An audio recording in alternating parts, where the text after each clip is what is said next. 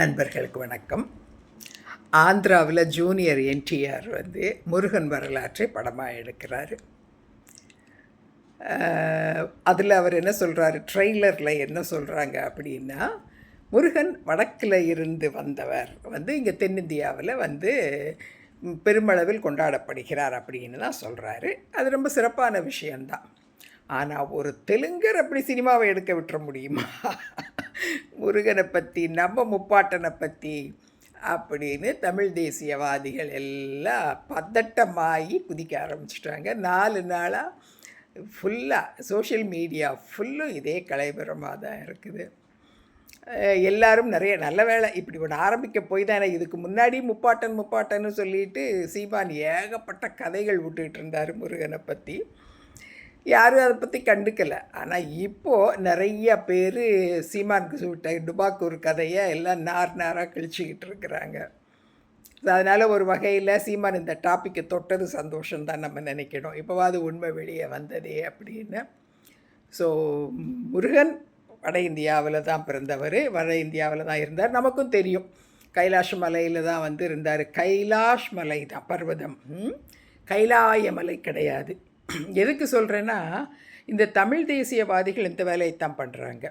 எல்லாம் இந்த வார்த்தைகளையும் சமஸ்கிருத வார்த்தைகளில் இருக்கிற இந்த இஸ்ஸு, இஹு, ஜா, இதெல்லாம் இஜ்ஜு, இது எல்லாத்தையும் எடுத்துட்டு அதுக்கு பதிலாக வேறு ஒரு தமிழ் வார்த்தை, தமிழ் எழுத்தை போட்டுட்டு உடனே அது எல்லாம் தமிழது அப்படின்னு அவங்க சொல்லியது. இப்போ அகஸ்தியரை எடுத்துக்கோங்க.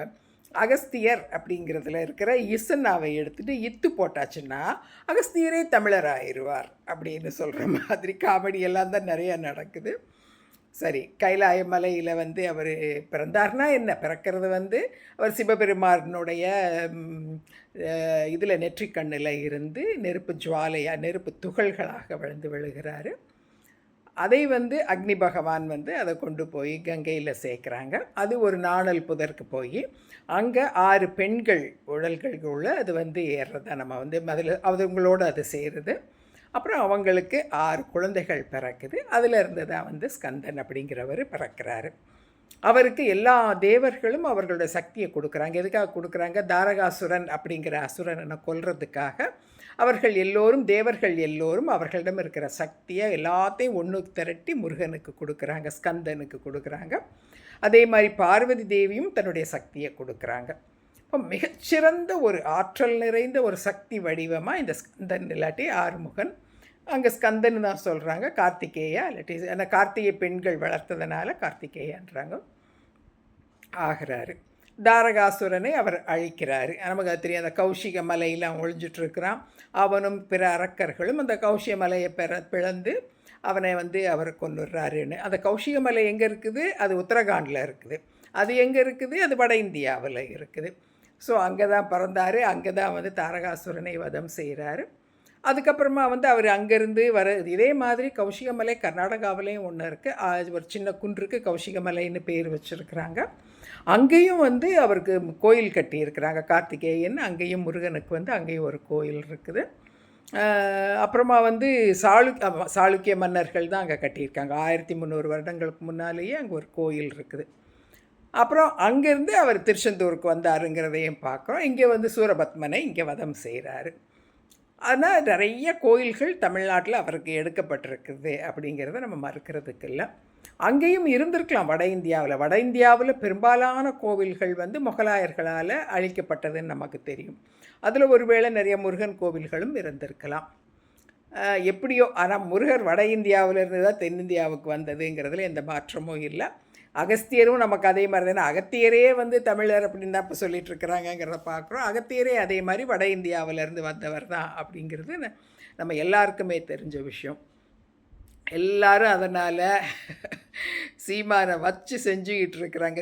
ஆனால் அவங்க எல்லாம் சொல்கிறது சீமான் அறகுறை, அறவேக்காடு, விவரம் இல்லாமல், நாலேஜ் இல்லாமல் இப்படி பேசுகிறாரு அப்படின்னு கிண்டல் பண்ணிட்டு இருக்கிறாங்க, பதில் பேசிகிட்டு இருக்கிறாங்க. பட் நான் அப்படி நினைக்கல. சீமான் ஒரு அஜெண்டாவோடு தான் அப்படி நடந்துக்கிறாரு அப்படிங்கிறது ரொம்ப நல்லா நமக்கு தெளிவாகவே தெரியும். சீமானுடைய அஜெண்டா என்ன? தமிழ் தேசியம்னு அவங்க சொல்கிறது தமிழ் பேசுகிறவங்களுக்குன்னு தனியாக ஒரு நிலப்பரப்பு வேணும், அதாவது தனித்தமிழ்நாடு அப்படிங்கிறது தான் அவங்களுடைய ஐடியாலஜி அப்படின்னு அவங்க சொல்கிறாங்க. இது தெளிவாகவே சீமான் முன்னால் சொல்லிகிட்டு இருந்தார். சீமானும் சொன்னார். யார் இன்னை நாம் தமிழர் கட்சியில் இருக்கிற பலர் வந்து அதே பேசினாங்க. இவங்களோட சேர்ந்து தனியாக இயக்கங்கள் இருக்குது இல்லையா, தமிழ் தேசிய இயக்கம், பேர் இயக்கம், இவங்கெல்லாம் வந்து அவங்களும் அதே தான், மணியரசன் மாதிரி ஆட்களும் அதே தான் சொன்னாங்க. அதே மாதிரி தனித்தமிழ்நாடு இல்லாமல் தமிழ் தேசியமே கிடையாது அப்படின்னெல்லாம் கூட அவங்க சொல்லிட்டு தான் இருந்தாங்க. இப்போ ஏனோ சொல்கிறதில்ல, இப்போ பயன்னு நினைக்கிறேன். பேசுனா எடுத்து உள்ளே வச்சுடுவாங்களோ ஜெயிலில், என்னையே வந்து பிடிச்சிடுமோன்னு பயந்து இப்போ வெளிப்படையாக பேசுகிறதில்ல. ஆனால் அவங்க கட்சியில் இருக்கிற 2ஆம் 3ஆம் நிலை பொறுப்பாளர்கள் எல்லாம் வந்து அதை பேசத்தான் செய்கிறாங்க. ஸோ இவங்களுடைய இந்த தனித்தமிழ் நாடு அப்படிங்கிற அஜெண்டாவினுடைய ஒரு பகுதியாக தான் இன்றைக்கி முருகனை வந்து தெலுங்கர்கள் ஒரு தெலுங்கு அல்லது ஆந்திர சினிமா ஃபீல்டில் வந்து அவர் வட இந்தியாவிலிருந்து வந்து தென்னிந்தியாவில் கொண்டாடப்படுகிறார் அப்படின்னு சொல்கிறத இவங்களால் தாங்க முடியலை. ஏன்னா அப்படின்னு சொன்னா முருகன் வந்து முருகன் அல்லது ஸ்கந்தன் ஆர் சுப்பிரமணியன் வாட்டவர், இவர் வந்து ஒட்டுமொத்த இந்தியாவையும் ஒருங்கிணைக்கிற அல்லது ஒற்றுமைப்படுத்தக்கூடிய ஒரு ஆன்மீக சக்தியாக அவர் வந்து அறியப்பட்டுருவார் இல்லையா. அப்போது இவங்களுடைய எண்ணம் என்னென்னா, தமிழ்நாடு தனி நாடு, இந்த தமிழ்நாட்டுக்குள்ளே வேறு எதுவும் வந்துடக்கூடாது, ஹிந்தி வந்துடக்கூடாது, ஆங்கிலம் வந்துடக்கூடாது, எதுவும் வந்துடக்கூடாது, தனி நாடாவேமும் இங்குள்ள மக்கள் எல்லாரையும் ஒரு கண்ணை கட்டி வச்சு வளர்த்த மாதிரி ஒரு இரும்பு திரை போட்டு வளர்த்து இந்த மக்களை எல்லாம் ஒரு காலத்தில் மெயின் இந்தியாவில் இருந்து தமிழ்நாடை தனியாக பிரித்து இந்த தமிழ்நாட்டுக்குள்ளே இனி ஈழத்தவர்களை கொண்டு வந்து குடித்தனம் வைக்கணும் அப்படிங்கிறது தான் சீமானுடைய அஜெண்டா இல்லை, இலங்கை தமிழர்கள் ஈழத்தவர்களுடைய அஜெண்டா. அவங்க கொடுத்த காசுனால சீமான் அதை பேசிகிட்டு இருக்கிறாரு. ஸோ இந்த அஜெண்டாவுக்காகத்தான் இவர் வந்து முருகன் வந்து வட இந்தியாவை சேர்ந்தவர் அப்படிங்கிறத இவங்களால் ஜீரணிக்கவே முடியலை. அந்த உண்மை வெளியவே தெரியக்கூடாது அப்படின்னு இவங்க நினைக்கிறாங்க. ஏன்னா அப்படின்னா இது ஒட்டுமொத்த இந்தியாவையும் ஒருங்கிணைக்கிற ஒரு விஷயமாச்சே ஆகிடும் அப்படிங்கிறதுனால. சரி, எப்படியோ நிறையா பேர் வந்து அது சீமானுக்கும் இந்த யூடியூப் வாசிகளுக்கும் நடுவில் நடக்கிற பெரிய லடாய் மாதிரி இருக்குது. நம்ம வேடிக்கை பார்ப்போம். நம்மளை பொறுத்த வரைக்கும் முருகன் வந்து நல்லாவே தெரியும், அவர் இமயமலையில் பிறந்தவர்னு. அது மட்டும் இல்லாமல் பகவத்கீதையிலேயே முருகனை பற்றிய குறிப்பு வந்து இருக்குது. அது நமக்கு நல்லாவே தெரிஞ்சது. பெருமாள் வந்து தன்னை பற்றி சொல்லும் பொழுது அவர் என்ன சொல்கிறாருன்னா, நான் அப்படி இருப்பேன் இப்படி இருப்பேனெல்லாம் சொல்லும் பொழுது, அப்போது சேனாபதி அப்படின்னா ஒரு சேனைக்கு தலைவன்னா நான் ஸ்கந்தனை போல இருப்பேன் அப்படிங்கிறாரு. அப்போது பெருமாளே வந்து ஆற்றலினுடைய வடிவமாக, சக்தியினுடைய வடிவமாக ஸ்கந்தனைத்தான் சொல்லியிருக்கிறார். இது பகவத்கீதையில் சொல்லப்பட்டிருக்கு.